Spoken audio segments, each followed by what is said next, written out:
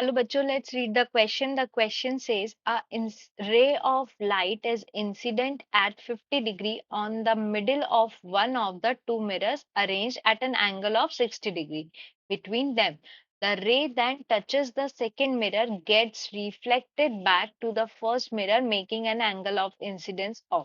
तो इस क्वेश्चन को हम समझते हैं डायग्राम की हेल्प से। तो देखिए डायग्राम, ये हमारे पास दो मिरर्स हैं।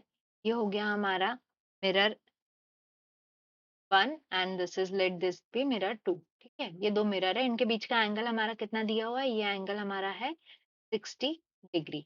अब हमारे यहाँ पर एक कंडीशन में ये बोला गया है कि जो रे ऑफ लाइट है वो इस वाले मिरर के ऊपर हमारी स्ट्राइक कर रही है मिडिल में। ठीक है, सपोज, और ये एंगल उसका कितना है? एंगल ऑफ इंसिडेंस यहाँ पर ये गिवन है हमको 50 डिग्री। ठीक है, अब मिरर है तो यहाँ पर इस क्वेश्चन में जो की कॉन्सेप्ट यूज होगा, key concept is laws of reflection. ठीक है, यहाँ पे हम basic laws of reflection use करेंगे, that is incidence angle is equals to reflection angle.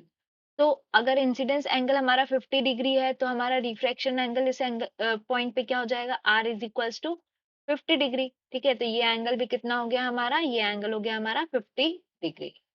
ठीक है, अब यहाँ से ये टकरा के हमारा इस तरफ गई। ठीक है, ये लाइट यहाँ से आके इधर रिफ्लेक्ट हुई।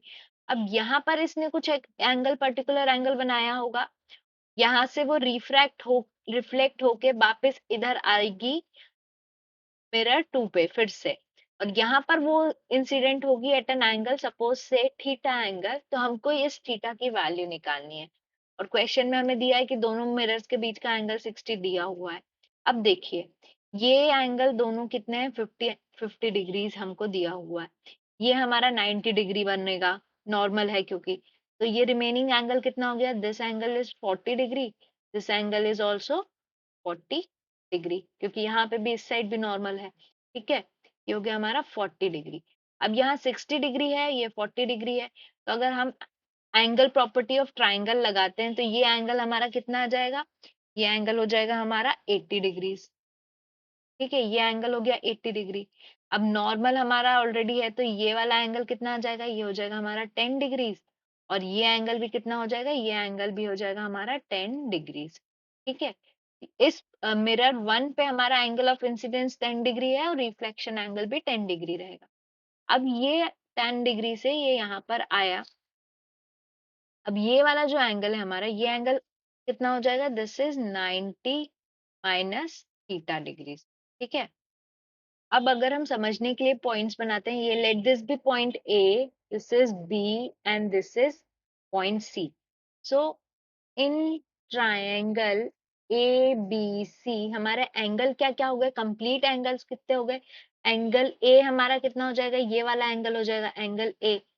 एंगल ए कितना हो गया? Angle A is equals to 40 plus 50 plus 50 degree, यानी 140 डिग्री हो गया। एंगल बी हमारा कितना हो गया? एंगल बी ये वाला हो गया एंगल बी, यानी angle B is equals to 10 degree plus 10 degree, यानी 20 डिग्री। और एंगल सी अपना कितना है? Angle C is 90 degree minus theta. ठीक है, और हमें पता है in a triangle angle A plus angle B plus angle C कितना हो जाएगा हमारा? 180 डिग्री हो जाएगा। अगर हम सारी वैल्यूज यहाँ पर अगर पुट करते हैं तो हमारा क्या आ जाएगा? एंगल ए कितना था? 140 डिग्री, एंगल बी हमारा था 20 डिग्री, एंगल सी हमारा था 90 degree minus theta, this is equals to 180 degree.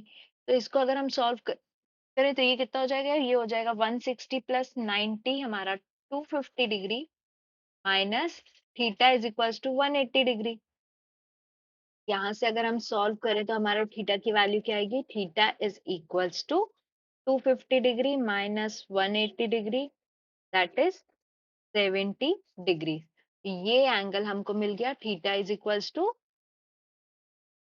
Theta, और हमको थीटा की वैल्यू ही कैलकुलेट करनी थी, तो थीटा की वैल्यू क्या आ गई? 70 डिग्री, यानी ऑप्शन बी। तो this is the required answer, theta की वैल्यू। देयरफॉर